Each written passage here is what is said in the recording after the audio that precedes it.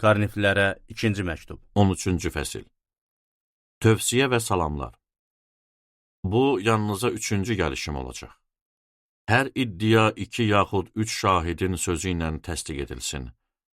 İkinci dəfə yanınızda olanda, keçmişdə günah işlədənlərə xəbər verdiyim kimi, indi uzaqda olanda da onların və başqalarının hamısına xəbərdarlıq eləyirəm ki, yenə yanınıza gələndə onların heç birini cəzasız qoymayacağam. Məsihin mənim vasitəmlə danışdığına dair istədiyiniz sübut budur. Məsih aranızda zəifliklə deyil, qüdrətlə fəaliyyət göstərir. Çünki o, zəiflik içində çarmıxa çəkildiyi halda Allahın qüdrəti ilə yaşayır. Biz də onda zəifik, amma sizin xeyriniz üçün onunla bərabər Allahın qüdrəti ilə yaşayacağıq. Özünüzü yoxlayın və iman yolunda olub-olmadığınızı bilmək üçün sınaqdan keçirin. İsa Məsihin daxilinizdə olduğunu başa düşmürsünüzmü? Yoxsa sınaqdan keçmirsiniz? Ümidvaram bizim sınaqdan keçdiyimizi başa düşəcəksiniz. Allaha dua edirik ki, pis iş görməyəsiniz.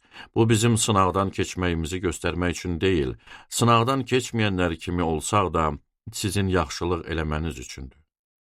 Çünki həqiqətə qarşı heç nə eləyə bilmərik, neynəsək həqiqət uğrunda eləyirik. Biz zəif, sizsə güclü olanda sevinirik. Bərpa olmanız üçün dua eləyirik.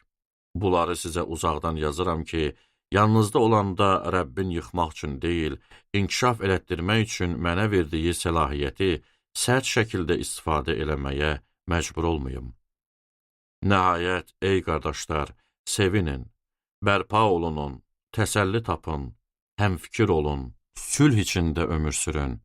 Məhəbbət və sülh qaynağı olan Allah sizlə olacaq. Bir-birinizi müqəddəs öpüşlə salamlayın.